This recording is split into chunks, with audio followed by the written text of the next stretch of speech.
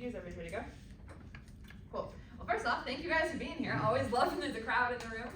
Really enjoy this activity. Love being back here for the first time this year.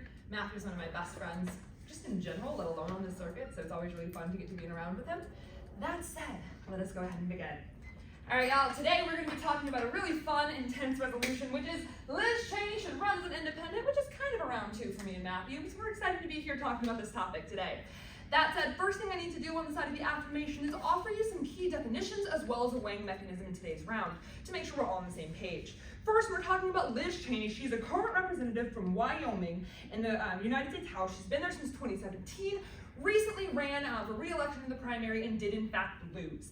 Should, we're going to be looking at this word today, defined as an advantageous action. Of course, we'll have some deliberation about what that means throughout the round. Run as an independent. Here specifically, we're talking about running for president for the 2024 election with no party affiliation. That said, we'll use a weighing mechanism today as what is best for Liz Cheney. Best for Liz Cheney. Today we're going to be looking at what is best for her, given that she is our actor and it is her decision to make. That said, let's go ahead and look at my first contention today, which is going to be strategic victory. Strategic victory. Let's be very clear. I do not think Liz Cheney is going to win the presidency. But that also is not her goal. She said to us just this week that I will certainly do whatever it takes to make sure Donald Trump isn't anywhere close to the Oval Office. Her entire run, the reason she wasn't able to win her midterm is because she has vocally criticized and critiqued Donald Trump at every turn. This is part of who she is as a candidate, part of her identity, and knowing that her top priority is making sure that Donald Trump goes nowhere near that presidency is important in today's round. When we understand that, we know that CNN today posted an article that said, she said, if Donald Trump is a Republican nominee in 2024, I will leave the Republican Party. I will campaign for Democrats, meaning I will campaign for the enemies, quote unquote, of what I believe in. I will switch to the other side. Notably here again, NBC News yesterday says that independent and third-party voters take away from the bases. Liz Cheney would take moderates away from Trump. This is important, Judge, because what we understand here is if Liz Cheney decides to run for president as an independent in 2024, she will be stealing voters out of the Republican Party. This matters. We know that Joe Biden won the presidency this year because he was able to take the moderate Republicans and bring them to the Democratic side. Now, giving those moderates the opportunity to vote for somebody who was once a Republican, but it was standing by her values rather than needing the Republican tagline is incredibly important. She will be able to have that impact, hopefully barring him from actually winning that election. Whether it goes to a Democrat or if in goal to her, that would be fantastic. But what we know ensured, according to that NBC analysis, is that it makes Donald Trump's chances a lot harder. And it's a far better strategic move than just campaigning for Democrats to actually stand up for her own values, which we'll talk about now in my second contention, which is personal image. Personal image. And this is going to start to us from YouGov this month, where they talk about how Liz Cheney has continuously spoken publicly against Trump at every turn. She stands up and says, here's how I'm going to be critical of the former president. And we know Donald Trump doesn't take too kindly to that. She has been brave. That is part of her image. So for her now, in the face of Donald Trump, who is talking about her, gotten very hyper-focused on her election against Harriet Heigman in the midterm, for her to stand up and say, I am not afraid of you. I will run for president. That matters. Her image will significantly boost in the public eye for whatever election she goes for in the future. Let's think about better or work as a comparable analysis, right? He ran for president, sure didn't win, but his own image was bolstered by the experience in the public eye. I am from Missouri. I live in Louisiana. I know who Better Will Work is because of his exposure on the national stage. For Liz Cheney to give herself that same exposure helps her in whatever future elections she decides to run in, and shows the people that she stands by her values and doesn't back down to the fear of Donald Trump, which is something refreshing that this country needs. Which brings me to my third and final contention today, which is going to be the greater context. Greater context. According to NBC News yesterday again, we see that independent candidates and non-traditional presidential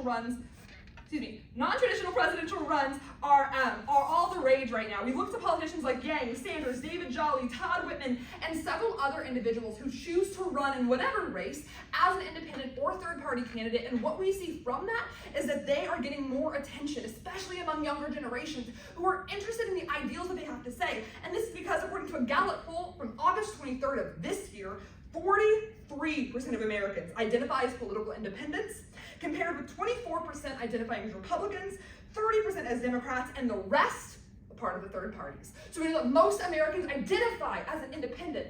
Giving them a candidate to actually root for is great for the actual context of America. Giving them somebody to vote for in a democratic election that they truly believe in the ideals for. Even if she may not win, she still is somebody for them to stand by and hopefully move our system forward in writing third party and independent candidates into the future. Thank you.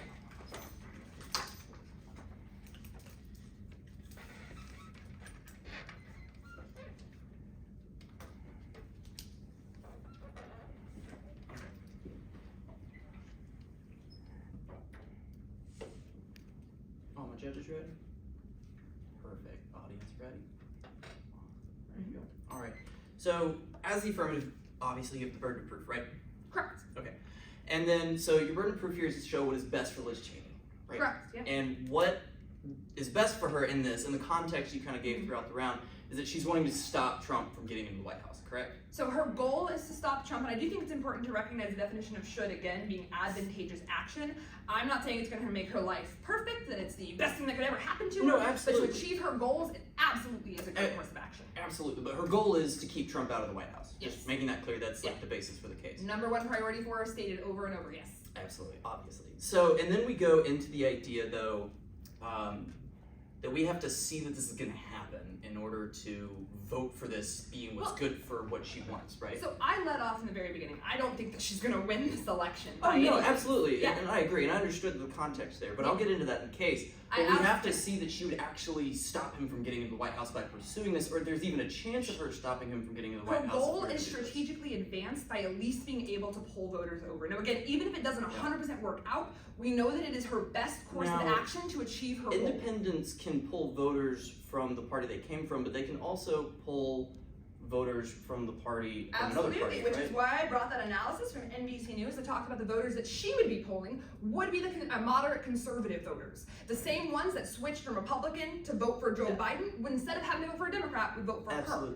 So in the 2020 election when Biden ran against Trump, you would say that some, if not maybe a significant amount of Republicans voted for Biden. Because they the hidden ones that didn't like Biden, right? Sure. Okay, so if she ran as an independent and she's taking votes from the Republican Party, wouldn't she be taking the votes from the Republican Party that would be going towards Biden or the Democratic Party? But the point is, these voters don't have to vote for somebody they don't agree with now. We still get the same outcome. So let's pretend this election is basically 50-50%. Yeah, I've got it. Sorry, and I was just running out of time, so I wanted to hop into it.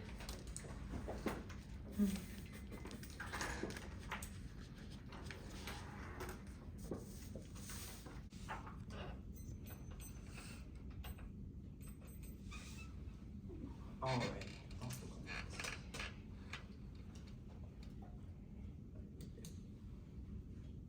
Firstly, I just wanted to thank Lindsay for an amazing first speech. She is absolutely one of my favorite friends in the debate circuit. And of course, I'm really thankful for my teammates being here to support, and thank you judges for being here. Without you, we would just be up here bickering about this with really no end in sight, as we have seen time and time again with us, just as friends. We'll get into arguments and it'll go on for way longer than a round. So actually, thank you for keeping us limited to 30 minutes. With that being said, I'm gonna hop right on it. And so as I asked in CX, my opponent has the burden of proof, right? To show that this is actually going to accomplish Liz Cheney's goal, which we cleared out through CX, is to stop Trump from getting into the White House. And that is the only reason that she should run as an independent, or that is the main reason, and that is what the affirmative has to show, that she would stop him from getting in the White House. If that does not happen with her pursuing this goal, there is no need under Liz Cheney's goals to actually run as an independent. And I stand in firm negation of this because it would actually have the opposite effect. It would help Trump, and I'll get into that in case and refutation. So let's go into the weighing mechanism, best for Liz Cheney. Absolutely, but remember, as kind of gotten out of CX, it's not necessarily just what's best for Liz Cheney, but really what's accomplishing Liz Cheney's goal of keeping Trump out of the White House. And then we also go into the idea that this is an advantageous action. So really we need to look that the affirmative has the burden to prove that this is actually going to be accomplished. Now, through my opponent's case, she gives the speculation that they pull these votes from the party they switched from, but we have to see that those votes are actually going to harm Trump from doing this, and my opponent doesn't really give you the analysis that it's going to be harming Trump, only just the speculation that it would, with no real empirical evidence backing this up. And remember, on that burden of proof, we're going to be wanting to look for a little bit more strength in that. So let's go into the refutation. Remember, first contention, talking about a strategic victory. Effectively, this whole contention boils down to the idea of we're going to make Trump lose. because that's the goal here. It's just to make Trump lose. We're going to take Republican votes away from Trump that could get him back into the office. So here's the issue here, is that those that are diehard for Trump, doesn't matter who runs against him, they're still going to vote for him.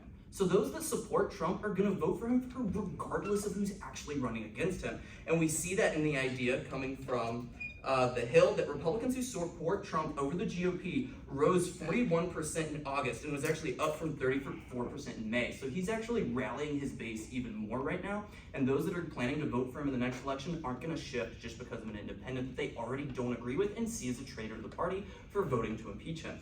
So let's go into her second contention, talking about the personal image, saying that she is not afraid to run against him as an independent. Absolutely, there's no contention here other than the idea that does this actually support the resolution in and of itself? Not necessarily. And then we go further on under her third contention, talking about the greater context that could give us a bigger idea and push the idea of independent parties later on. But again, that's not Liz Cheney's goal here. I asked my opponent, the goal is for her to take out Trump, not to promote independent parties later. As we see, independent parties historically in the United States are a lost cause. They've never gotten a single electoral vote. The most popular independent that ran as a president got 0 electoral votes, and that was in 2020, coming from, that was Joe Jorgensen, who was the most popular third-party contender or independent in the US. So then let's go into the off case. And really quickly, going under what my opponent said in her first contention, talking about how she has already said that she would campaign for the Democrats. Absolutely. That is the best thing she should do. Don't run as an independent, but lend your support and say, if you would vote for me, vote for Biden, because that way it gets more votes in the opposing party. And maybe it's not Biden. Maybe it's just the Democratic presidential candidate, to vote for them, because that is the more likely person who is going to keep Trump out of office. So then let's go into my very first contention here, being that it hurts the Democratic Party if she runs as an independent. Subpoint A here being that there's little Republican support for Liz Cheney and her own party. That her seat that she lost by was a 40-point margin. Just because Trump didn't give her his vote of confidence, she lost by a huge margin, which she had won by a huge margin previously. But then we also look under the idea that she is seen as a traitor by her party because she had voted against him. She is not staying with her party, and as such, by those that are diehards for Trump, see her as a traitor. As I said, they would never vote for her. But then we go under the electoral votes that I just talked about, that it wouldn't bring any electoral votes away from the Republican Party, which is the whole goal of taking electoral votes away from Trump. So it wouldn't even impact the electoral votes, which is the #1 thing you need in order to stop someone from being president. So the emphasis there is that it wouldn't actually hurt the Republican Party. But then we get in my subpoint C here, sorry, the electoral votes was subpoint B for those flowing. But subpoint C here being that currently Biden is leading Trump by 4 points, 46 to 42%. But an analysis done and cited from Yahoo News that Biden versus Trump versus Cheney would actually put Biden at 40% I misspoke. It would put Trump at 40% and put Biden at 32%, because those voters that were siding against Trump in the last election that voted for Biden now have a third alternative. So it's actually not taking votes away from Trump, it's taking votes away from Biden, and it's going to keep the Democratic Party from keeping Trump out of office, which is exactly Liz Cheney's goal. Then we go into my second contention. These are just the counterplans. These are the counterplans, and there's two, and they're very simple. First one being that she supports vocally and campaigns with the Democratic candidates, lending her support and taking those votes that she would be taking away from the Republican Party and putting it into the place where it would be the most effective from actually accomplishing her goal, keeping him out of the office. And on top of this, this actually falls in line with the current thing she's already said that she would do. Even my opponent cited this, that she would campaign for the Democrats as long as it hurts Donald Trump. But then the subpoint B here being the counterplan is that the Democratic Party and Liz Cheney should work together, and she should become on the ticket for the presidential election with the Democratic Party and not run as an independent. Now this could either be with Biden if he runs again, but rather I would prefer to see that we see Kamala Harris step up to run as the president, and we see Liz Cheney as her VP, and we could have the first female president and female vice president, showing a solitary front for the Democratic Party as well as pulling Republican votes with a little bit of nonpartisanship from one side. And with that, I stand down for CX and points of clarification.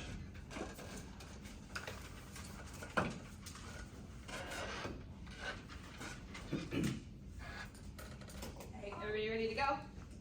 Okay. Wonderful speech, Matt. And now for some questions of clarification. Let's start where you just left off real quick. You talked about a Kamala Cheney ticket. How would Democrats feel about that?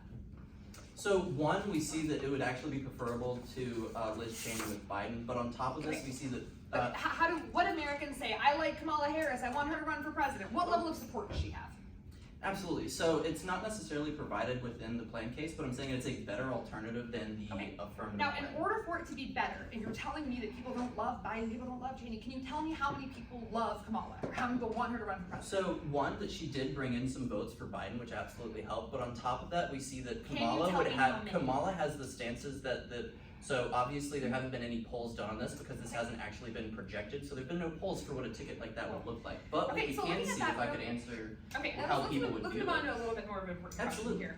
What is the general platform of the Democratic Party? Are they one consensus, or are they pretty spread as well? So absolutely, I think you're leading to the idea that, of course, Liz Cheney isn't actually aligning with a lot of their things, but you see that we have Kamala Harris, who is pushing for all of the things that the Democratic Party is. Is Kamala Harris embraced within the Democratic Party? Hmm? Is Kamala Harris generally accepted, embraced, endorsed within the Democratic Party? Personally, I don't have anything in front of me to say that she is or isn't, but I would assume so, as one, she is the VP, so she has had a lot of the limelight, and on top of that, she was chosen by the Democratic Party to be on the ticket, and so she has that foreground and experience in the White House. Let's move towards a little bit of clarification real quick on this. So you brought up in the beginning of your speech the amount of Republicans that support Donald Trump. Can you reiterate that number for me? Let's see. So that was coming from the Hill from August, that the Republicans who support Trump and the GOP rose to 41% in August, up from 34%. Sorry. Great. So essentially 41% of the Republican base are Trumpian Republicans, as we call them. Absolutely. And so when you look at it, as I gave the analysis, that if she were to run as an independent, it would be taking votes not from Trump, it would be taking votes from Biden. Thank you very much. Absolutely.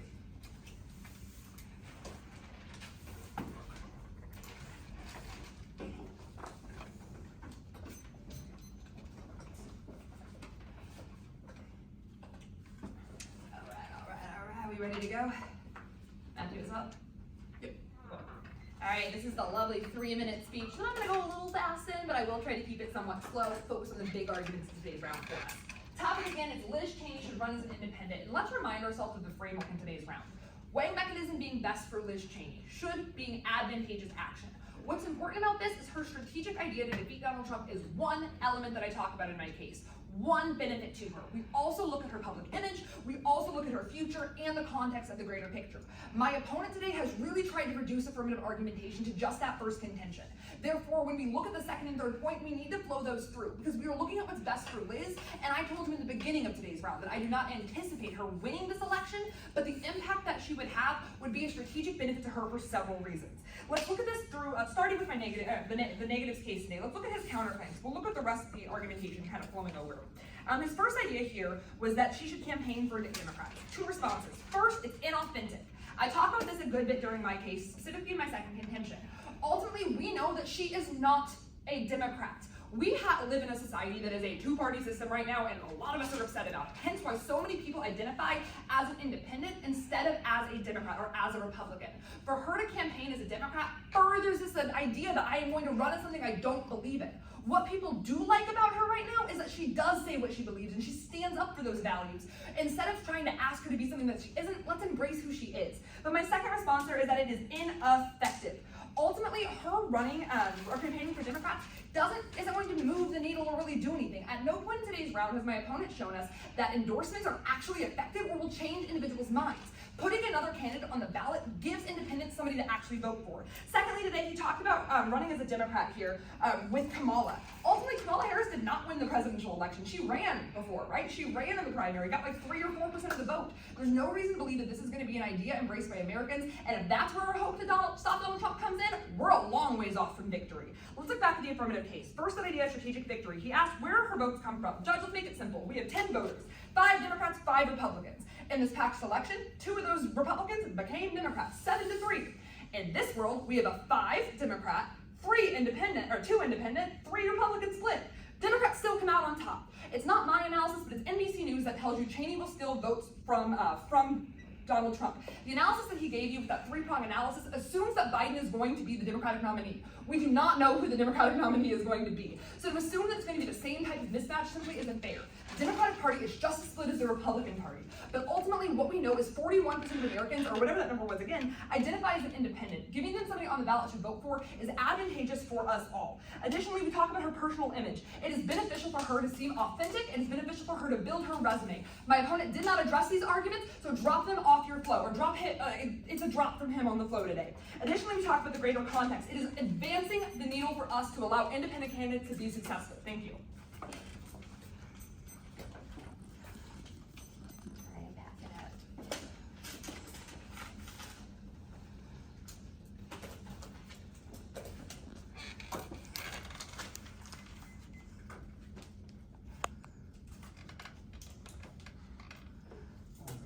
Are my judges ready?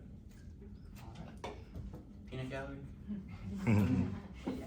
All right, let's look into it.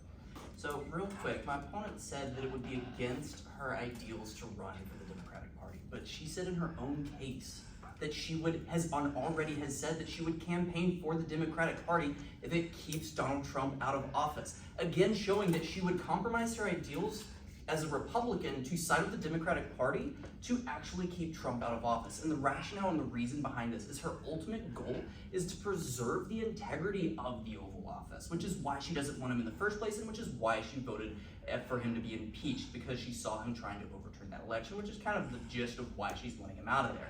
And that is why we look to the idea and under the weighing mechanism being what is best for Liz Cheney. And as my opponent even outlined in her beginning speech, is that her number one goal, the number one thing she has said, I will do anything in my power to stop Donald Trump from getting into office. And if what she can do within her power is running as an independent would actually help him get into office, is not what is best for Liz Cheney according to the goals that she gave, which is why that is the number one reason and that is the number one issue at hand in today's resolution.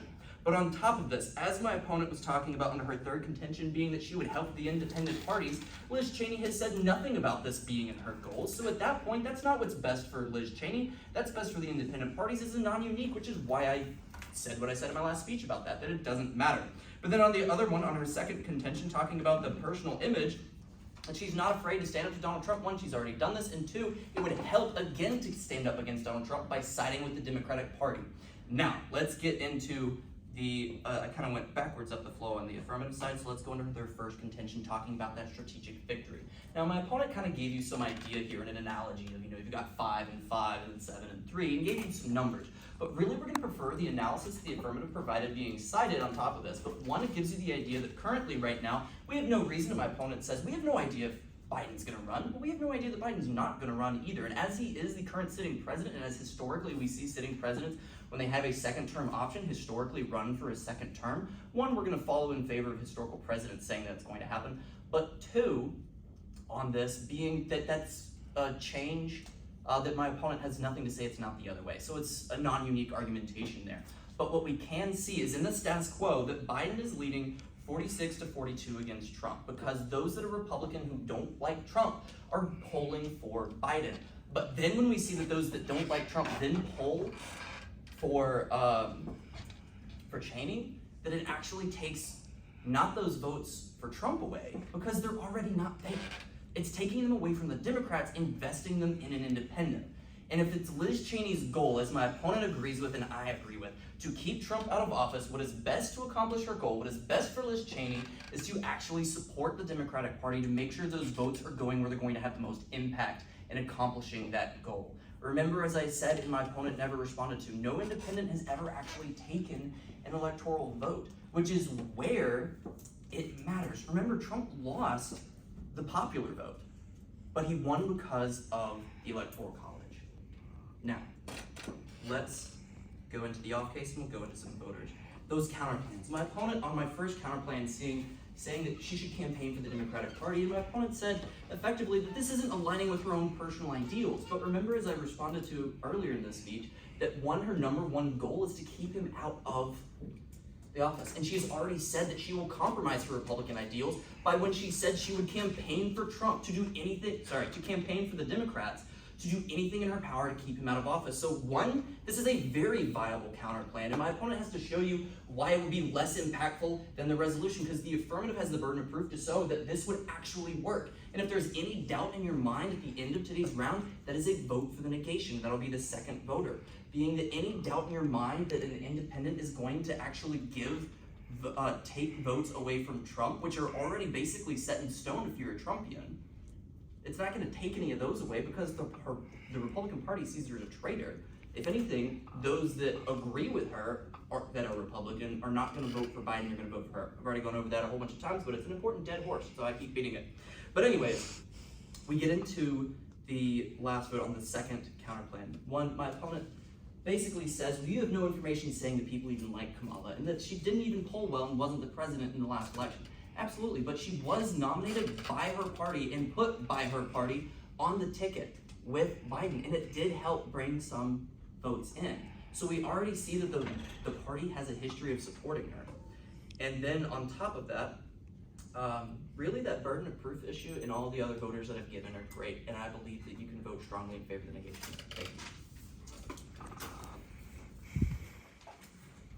Thank you. Alright, everybody ready for the last speech? Okay.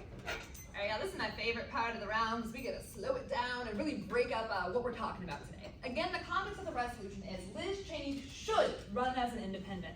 Remind ourselves what we're talking about in a very specific version in today's round. We are looking at Liz Cheney and what is her best advantageous action. That said, there are a lot of things that she would or could do. It is the job of those of us in today's round to evaluate what the best path forward is out of the options we have presented today. So in my speech, I'm going to look at the two negative alternatives, and then we'll go back over some voters or the benefits to affirming the resolution today. So the first idea he gave us was this idea that she should campaign with Democrats. Now, I explained to you why this would be a bad idea. Yes, she's willing to do it, but what it does is it compromises her actual values, her actual image. It doesn't give her any advantage in terms of her running for an election, her building clout. And additionally, we never saw that endorsements mean anything. Now, I made that analysis in my last speech. He was not able to show us that her running for, or helping Democrats run would move the needle at all, or bring in any new voters. But additionally, the second option he gave us was Kamala and Cheney. One, let's understand here, we have no idea who is going to be the Democratic nominee, whether it is Kamala, whether it is Biden, whether it is some other factor.